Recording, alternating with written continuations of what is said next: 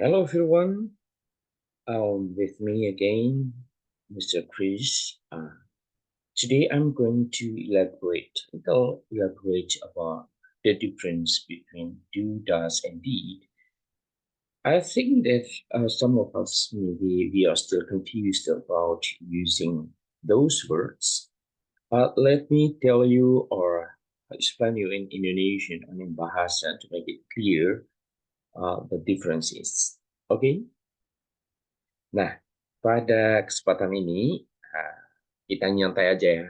Ah, Bedanya apa sih penggunaan do, does, dan juga did? Ya. Nah, saya pastikan bahwa eh, kali ini kita benar-benar akan tahu bagaimana menggunakan secara benar ya penggunaan kata do, does, dan did. Dan untuk viewers semuanya, silakan kasih komentar ya di kolom chatnya supaya nanti benar-benar ada feedback dari siapapun yang mendengarkan ini. Dan saya sangat berterima kasih sekali andai kata memberikan suggestion atau apapun untuk meningkatkan channel ini. Oke, gitu ya. Jadi harapannya adalah uh, viewers semuanya benar-benar keep in touch with me through this channel sehingga nanti channel ini akan berkembang dan bisa memberikan manfaat kepada kalian banyak di luar sana yang benar-benar pengen belajar bahasa Inggris secara otodidak melalui platform yang disediakan oleh channel ini. Oke, nah kita mulai saja. Nah, kadang-kadang hal ini yang membuat orang bingung ya ketika menggunakan do, does, dan did. Nah, saya simpulkan bahwa uh, ada dua fungsi gitu dari do, does, and did. Yang pertama adalah sebagai kata kerja atau verb. Kemudian yang kedua adalah sebagai kata bantu atau auxiliary verb. Ya. Nah, kita mulai dari kata kerja. Nah, untuk kata kerja ini dalam bahasa Indonesianya itu do, does, did itu artinya melakukan atau mengerjakan. Nah, contohnya seperti apa? Misalnya dalam konteks present tense, ya. Contohnya di sini misalnya yang pertama itu I, you, we, they do the homework every evening. Nah, mengapa saya gabungkan ini? Karena subject pronoun I, you, we, they ketika menggunakan do itu sama aja gitu. Jadi I do the homework every evening, you do the homework every evening, dan seterusnya gitu. Artinya bahwa saya mengerjakan ya pekerjaan rumahku setiap malam. Nah, bagaimana dengan he, she? Sebetulnya itu juga ya, cuma kalau dalam konteks homework kayaknya kurang tepat ya. Tergantung konteksnya tentu saja, tetapi supaya lebih mudahnya saja, bahwa kalau menggunakan subjek pronoun he atau she atau it, itu do-nya itu does. Ya. Contohnya adalah he does the homework every morning.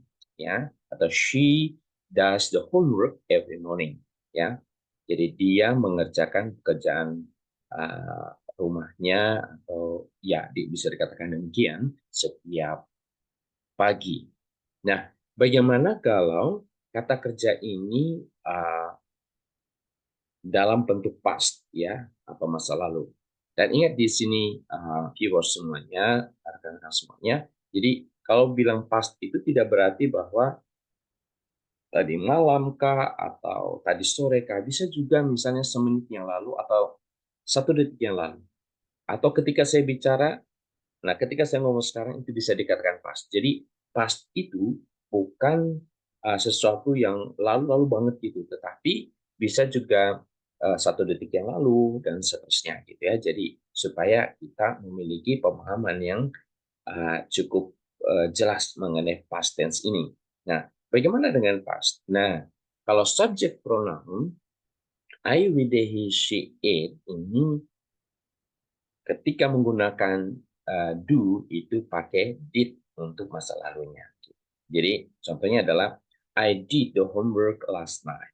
Saya mengerjakan pekerjaan rumahku tadi malam. Bisa juga misalnya I did the homework this morning. Jadi kalau misalnya kita ngomong sorenya atau siangnya dan seterusnya, atau I did the homework 1 minute ago. Bisa juga demikian, ya. Demikian pun you, we, they, he, she, it. Jadi memakai did, ya, untuk masa lalunya. Nah, sekarang coba kita beralih ke sebagai kata bantu atau auxiliary verb. Nah, biasanya sebagai kata bantu itu, nah ada dua fungsinya, ya biasanya begitu ya, rekan-rekan semuanya. Jadi yang pertama adalah dalam kalimat tanya. Kemudian yang kedua adalah dalam kalimat negatif. Contohnya seperti apa? Misalnya contohnya itu untuk subjek pronoun I, you, we, they. Coba kita perhatikan di sini adalah uh, kata bantunya itu adalah do, ya. Jadi pertama itu adalah kalimat negatif. Contohnya adalah we atau they do not do the homework every evening, ya. Nah, di sini artinya adalah kami, mereka, engkau atau saya tidak mengerjakan pekerjaan rumah itu setiap malam, ya. Nah, itu do di sini berfungsi sebagai kata bantu, ya. Artinya untuk membantu membuat kalimat negatif.